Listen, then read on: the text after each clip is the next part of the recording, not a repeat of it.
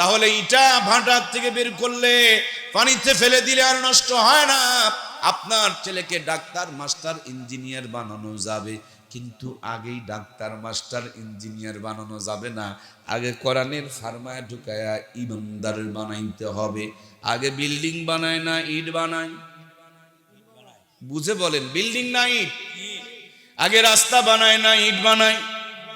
আগে ব্রিজ বানায় না ইট বানায়? আগে ইট বানাই, তারপর যার দরকার ব্রিজ বানায়, যার দরকার রাস্তা বানায়, যার দরকার বিল্ডিং বানায়।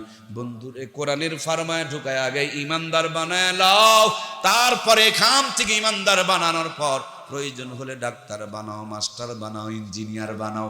ইমামও লাগবে, মুয়াজ্জিমও লাগবে, ডাক্তার মাস্টার ইঞ্জিনিয়ারও লাগবে, কিন্তু সবগুলোকে আগে ইমানদার হওয়া লাগবে। এটাই কোরআনের 1 নম্বরের হুকুম। কথা বলুন ঠিক কিনা?